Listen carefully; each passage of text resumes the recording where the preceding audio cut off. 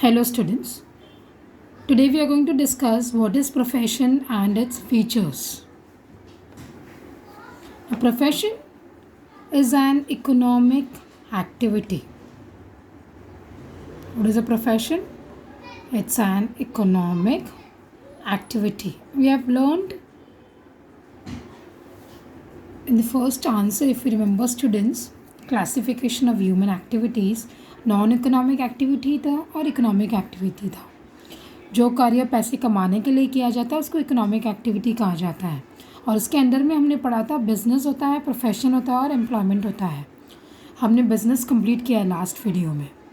तो आज जो हम पढ़ने जा रहे हैं वो है प्रोफेशन के बारे में. तो प्रोफेशन इकोनॉमिक एक्टिविटी का एक हिस्सा है, राइट. सो प्रोफेशन में एक व्यक्ति को हम प्रोफेशनल कब कह सकते हैं? When can a person be called as a professional? Once the person completes formal education and training. इसका मतलब ये है, एक व्यक्ति को हम प्रोफेशनल कब कह सकते हैं? जब उसने उस क्षेत्र में अपनी पढ़ाई पूरी की हो, उसने अपना ट्रेनिंग कर दिया है. वो होने के बाद वो अपने नॉलेज और स्किल्स को, जो उसके पास ज्ञान है और उसके पास जो कौशल्य है, उसको इस्तेमाल करके जब वो सर्विस प्रोवाइड करने लगता है तो उन्हें कहा जाता है professionals. Okay. So who is a profession, when a person will be called as a professional when a person completes a formal education and training, then that person uses his educational knowledge and special skills in providing services to his clients. Then the person is called as a professional. Then he starts earning income. फिर वो पैसे कमाने लगता है. समझ में आ रहा है? तो एक इकोनॉमिक एक्टिविटी है जहाँ पे एक व्यक्ति उस पर्टिकुलर क्षेत्र में अपनी पढ़ाई पूरी करता है. फिर वो पढ़ाई पूरी करने के बाद पर्सन उस एजुकेशन को यूज़ करता है. The person uses his educational skills. You can say educational knowledge and skills, students. अपना जो ज्ञान उसने प्राप्त किया है पढ़ाई करके, नॉलेज एंड स्पेशल स्किल वो हमारा यूज़ करेगा. यूज़ करने के बाद सर्विसेज देना शुरू करेगा. वो start providing services, provide services. उसके बाद वो पैसे कमाने लगता है. Starts earning some income. ये जो पैसे जो कमाने लगता है उसको कहा जाता है फीस. क्या कहा जाता है? फीस. एक प्रोफेशनल कौन होता है? जैसे आपने सुना होगा, डॉक्टर्स होते हैं, लॉयर्स होते हैं, चार्टर्ड अकाउंटेंसी जिसको कहा जाता है, आर्किटेक्ट्स होते हैं, प्रोफेशनल डांसर्स होते हैं, प्रोफेशनल ट्रेनर्स होते हैं. ये सब को और भी बहुत से हैं. इन सब को क्या कहा जाता है? प्रोफेशनल्स कहा जाते हैं. क्योंकि अगर आपको डॉक्टर बनना है तो आपको उस क्षेत्र में पढ़ाई करनी होगी, राइट. फिर अपनी पढ़ाई को इस्तेमाल करके जो उसने ज्ञान प्राप्त किया है, जो उसने पढ़ाई पूरी की, उस पढ़ाई को यूज़ करके वो सर्विसेज देगा. सर्विसेज देने के बाद बदले में वो फीस चार्ज करता है. So that's called as a profession. So profession is an economic activity where a person completes a formal education and training in that particular field. Then the person starts using his educational knowledge and skills, okay, special skill that he has, starts giving services देना शुरू कर देता है. और फिर वो कुछ कमाने लगता है. Starts earning some income. Now that income is in the form of fees. उसको क्या कहा जाता है? फीस. तो प्रोफेशन में हम एग्जाम्पल में क्या लिख सकते हैं? We can put as doctor, lawyer, then you can put as CA, architect पता है ना आपको, जो बिल्डिंग्स का प्लान्स बनाते हैं कि एक बिल्डिंग का डिज़ाइन कैसे बनाना चाहिए, उसका फ्लोर कैसा होना चाहिए, उनको आर्किटेक्ट कहा जाता है. Okay class. So these are some of the examples of profession. Is it clear, students? Okay. So we'll move forward further to The features of profession. Features of profession. First point है aim, उद्देश्य, objective क्या है। एक professional को अगर profession choose किया है, उसने सेलेक्ट किया है, तो उसका मेन उद्देश्य क्या होगा। जैसे मैंने पहले भी बताया स्टूडेंट्स, प्रोफेशनल एक इकोनॉमिक एक्टिविटी है। इकोनॉमिक एक्टिविटी का मतलब ही क्या होता है, अर्निंग सम मनी, कुछ पैसे कमाने के लिए। तो फीचर्स में फर्स्ट पॉइंट क्या दिया गया है, एम बताया है। तो एम में क्या आएगा, जो भी प्रोफेशनल अगर अपना प्रोफेशन प्रैक्टिस करता है तो वो प्रैक्टिस किस लिए करता है, पैसे कमाने के लिए। सो professional, you can see every profession is practiced for earning money. Okay, पैसे कमाने के लिए एक प्रोफेशनल अपने प्रैक्टिस को, अपने प्रोफेशन को या सर्विसेज प्रोवाइड करने लगता है। किस लिए करता है, वो पैसे कमाने के लिए करता है। साथ ही साथ में रेंडर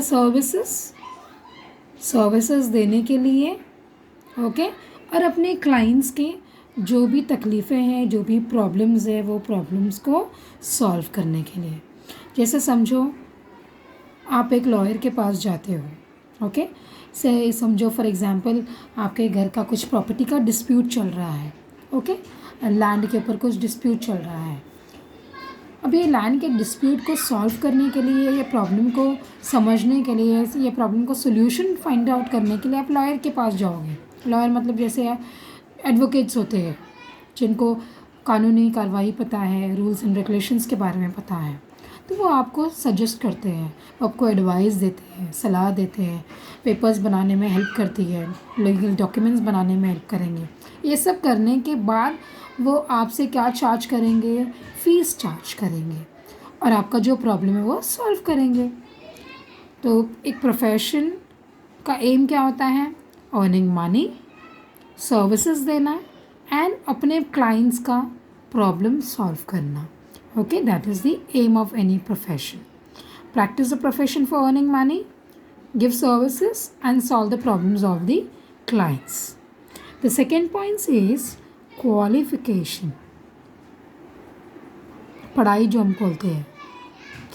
जैसे बिजनेस है बच्चे लोग, हमने लास्ट लेक्चर में पढ़ा था, लास्ट वीडियो में, बिजनेस के लिए ऐसे कोई स्पेसिफाइड एजुकेशन नहीं है, क्वालिफिकेशन नहीं है। जो पढ़े लिखे हैं वो भी बिज़नेस करते हैं, जो पढ़े लिखे नहीं हैं वो भी बिज़नेस करते हैं। तो ऐसे कोई स्पेसिफिक क्वालिफिकेशन या प्रिस्क्राइब्ड क्वालिफिकेशन नहीं है बिज़नेस के लिए।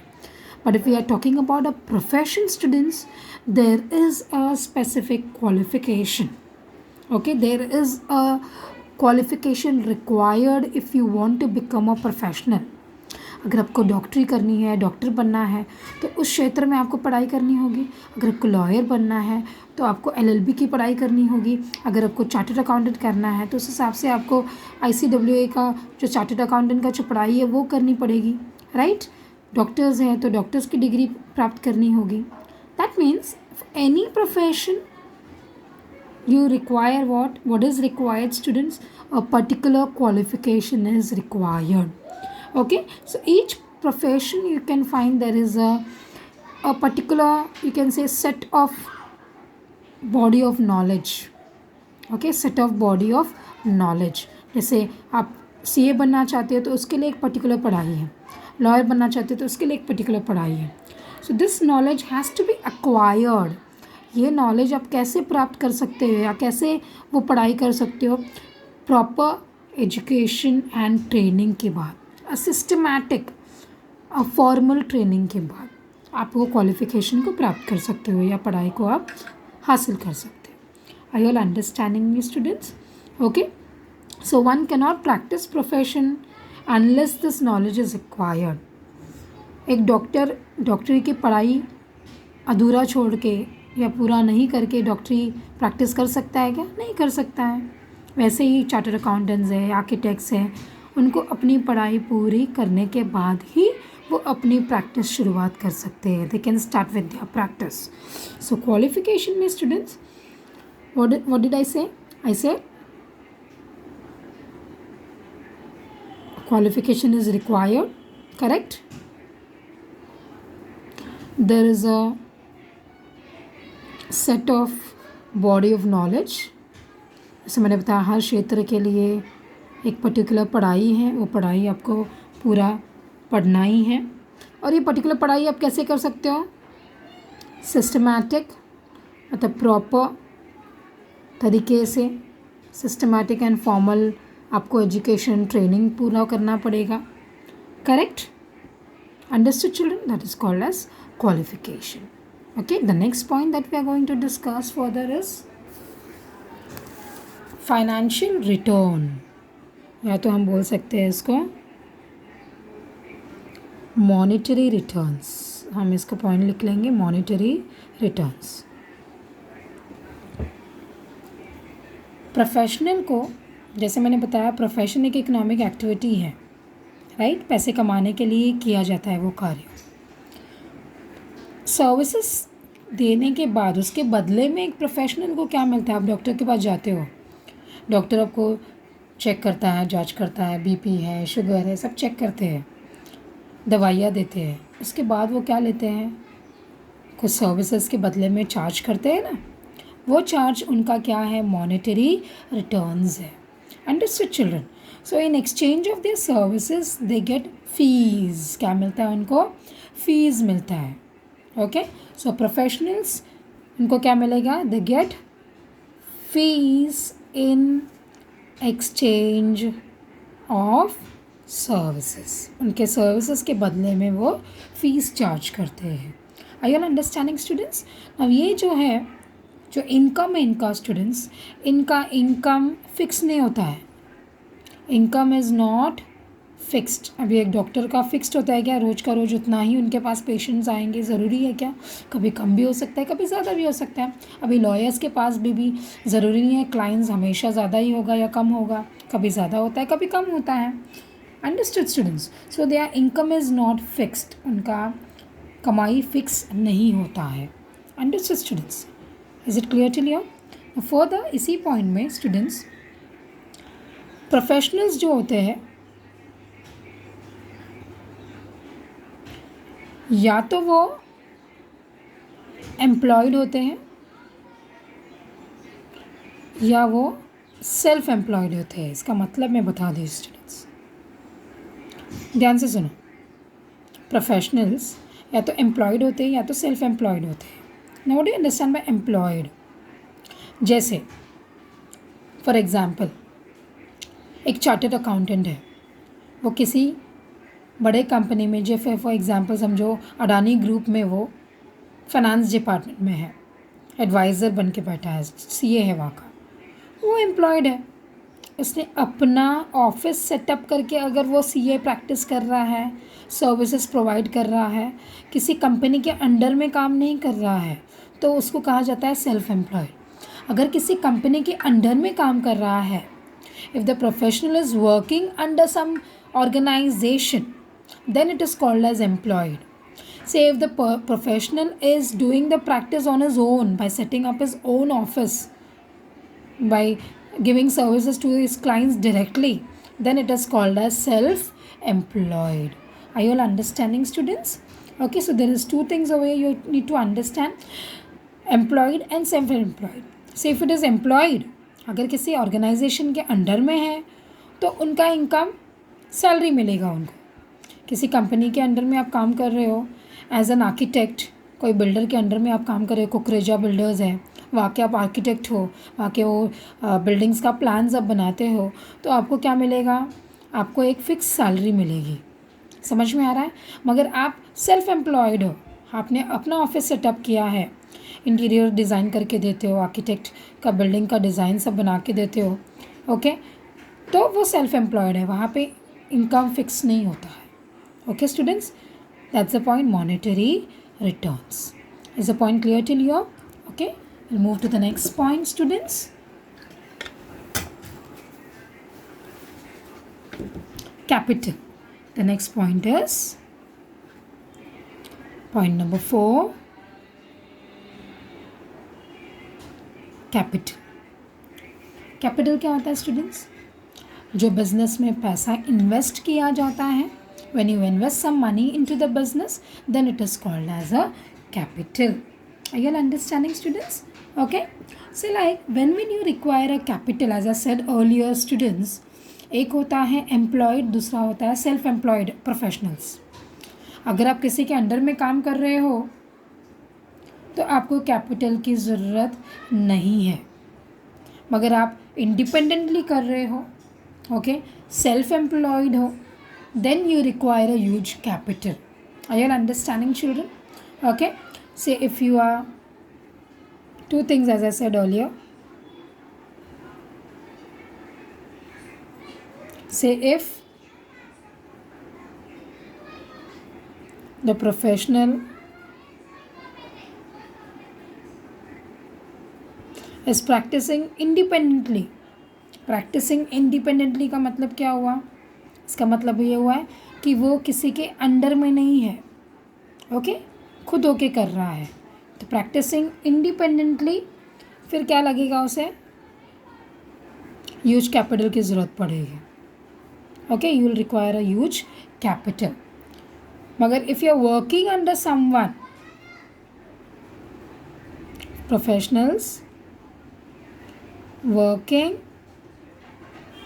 अंडर समवन, ऐसे केस में नो कैपिटल रिक्वायर, क्योंकि आप किसी के अंडर में काम कर रहे हो, किसी ऑर्गेनाइजेशन में काम कर रहे हो, तो वहाँ पे आपको कैपिटल की ज़रूरत नहीं है. कब कैपिटल की ज़रूरत पड़ेगी?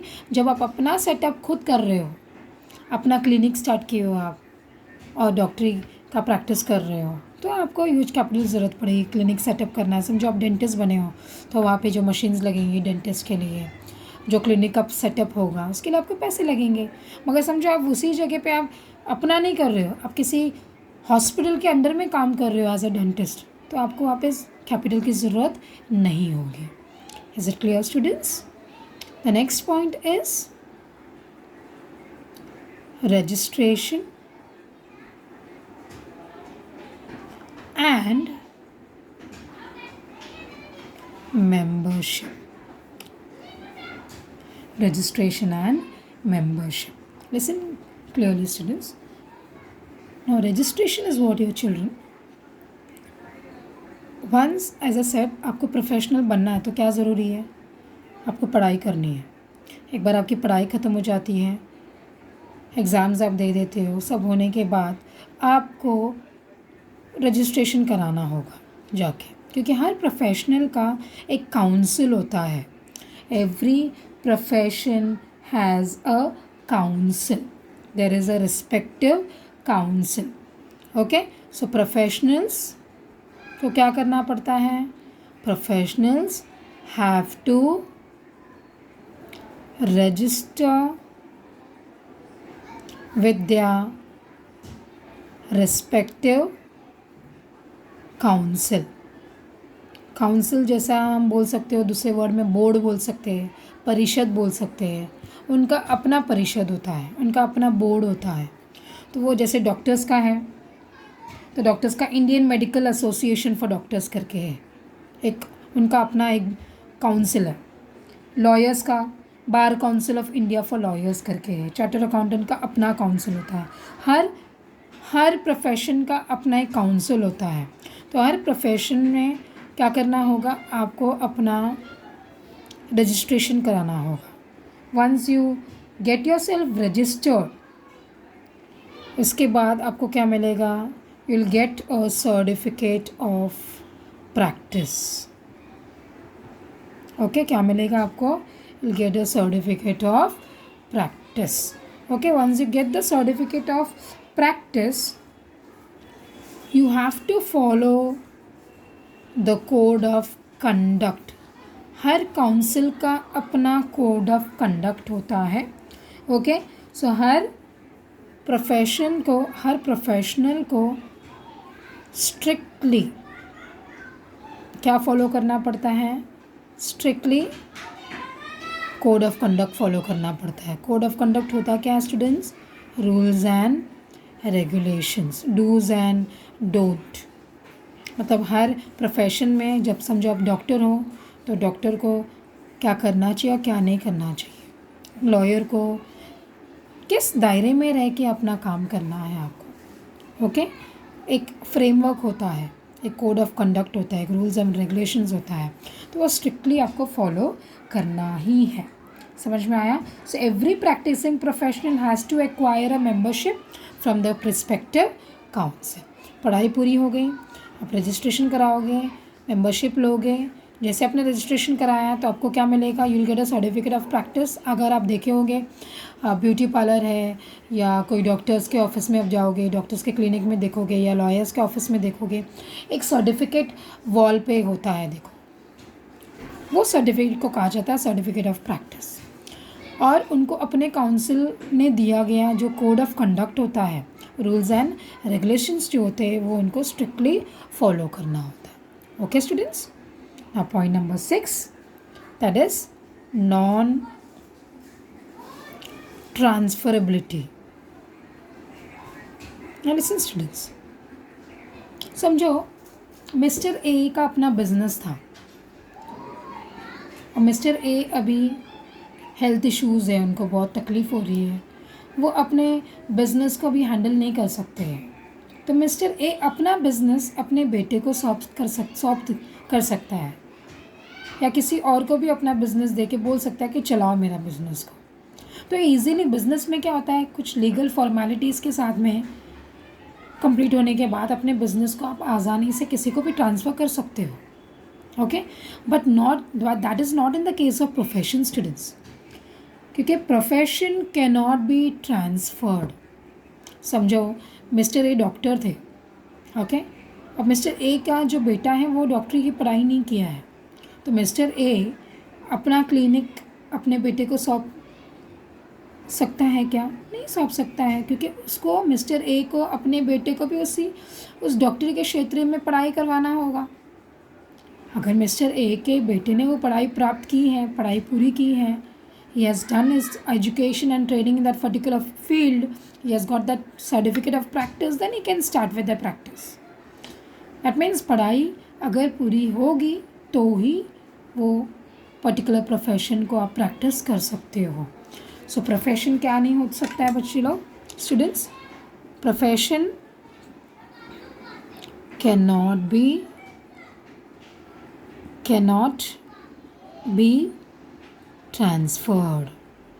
एक व्यक्ति से दूसरे व्यक्ति को वो ट्रांसफ़र नहीं किया जा सकता है। ओके, अपने इच्छा अनुसार हम ट्रांसफ़र नहीं कर सकते। Okay, next point, the last one is nature of work.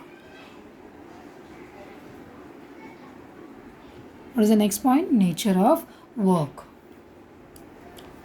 Professional charges fees in exchange of expert services, वो नेचर ऑफ वर्क है। जैसे आप एक ड्रेस डिज़ाइनर के पास जाते हो, फैशन डिज़ाइनर है, बुटीक में जाते हो, आप मटेरियल देते हो, वो मटेरियल का डिज़ाइन आप बताओगे या वो आपको डिज़ाइन सजेस्ट करेगा, ये पैटर्न आया है, राइट? उस हिसाब से वो आपको स्टिच करके देगा, उसके बदले में वो पैसे चार्ज करेंगे। तो उनका काम क्या है? आपके ड्रेस मटेरियल को ड्रेस में कन्वर्ट करना है, वो उसका काम है।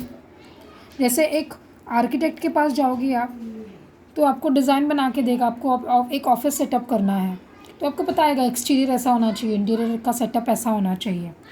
तो प्रोफेशनल्स क्या करते हैं? फ़ीस चार्ज करते हैं, उसके बदले में क्या देते हैं? एक्सपर्ट सर्विसेज देते हैं। तो नेचर ऑफ वर्क में क्या आएगा? Expert services. Okay, expert services देते हैं और क्या चार्ज करते हैं? Charge fees. Okay students, so we have learned under profession today students aim. Okay, aim ने हमने पढ़ा था, it's an economic activity, पैसे कमाने के लिए किया जाता है। ओके, सर्विस प्रोवाइड करते हैं और हम प्रॉब्लम सॉल्व करते हैं क्लाइंट्स का। क्वालिफ़िकेशन में हमने पढ़ा था, हर प्रोफेशन को एक क्वालिफ़िकेशन की ज़रूरत है, पढ़ाई की ज़रूरत है। हर प्रोफेशन में अपना एक पर्टिकुलर पढ़ाई होती है, वो कंप्लीट करना होता है। सिस्टमैटिक प्रॉपर होना चाहिए, proper education and training complete करना होता है। मॉनेटरी रिटर्न्स में हमने पढ़ा है, फ़ीस चार्ज करते हैं सर्विसेज के बदले में, ओके, इनकम उनका फिक्स नहीं होता है प्रोफेशनल्स का। बट योर चिल्ड्रन, 2 केसेस मैंने बताया, प्रोफेशनल्स एक एम्प्लॉयड होते हैं, एक सेल्फ एम्प्लॉयड होते हैं। अगर आप किसी के अंडर में काम करते हो तो आप एम्प्लॉयड हो जाते हो, फिर आपको क्या मिलेगा, सैलरी मिलता है। मगर आप इंडिविजुअली करते हो, इंडिपेंडेंटली करते हो, then it is self employed, तो उनका फिक्स नहीं होता। Okay, next we learned is capital. Capital कब ज़रूरत पड़ती है, जब आप इंडिपेंडेंटली करते हो। इंडिपेंडेंटली तो कैपिटल की ज़रूरत आएगी। ओके, अगर आप किसी के अंडर में काम कर रहे हो, so no capital is required. Okay, next हमने क्या पढ़ा, रजिस्ट्रेशन एंड मेंबरशिप हमने पढ़ा। हर प्रोफेशनल को क्या करना ज़रूरी है, रजिस्टर कराना पड़ता है। कहाँ पे रजिस्टर कराना होता है, उनका अपना काउंसिल होता है। Every profession has a respective council, so वहाँ पे रजिस्ट्रेशन कराना होता है, मेंबरशिप लेना होता है। देन क्या मिलेगा, you get a certificate of practice. Okay, and this council, यही काउंसिल क्या देता है, यही काउंसिल कोड ऑफ कंडक्ट देते हैं। ओके, इसको स्ट्रिक्टली फॉलो करना है, रूल्स एंड रेगुलेशंस को स्ट्रिक्टली फॉलो करना है। नेक्स्ट पॉइंट हमने पढ़ा है नॉन ट्रांसफरेबिलिटी। इसका मतलब ये है कि प्रोफेशन को हम अपना इच्छा अनुसार, अपने विल अनुसार, a profession cannot be transfer to other person on the will of professional. Okay, अपने इच्छा अनुसार हम क्या नहीं कर सकते हैं, ट्रांसफ़र नहीं कर सकते प्रोफेशन को। नेचर ऑफ वर्क में क्या पढ़ा है हमने, प्रोफेशनल क्या चार्ज करता है, फीस चार्ज करता है, किसके बदले में, इन exchange of services. Okay, hope the concept is clear to you all students. If you have any doubts, you can post in the WhatsApp. Thank you.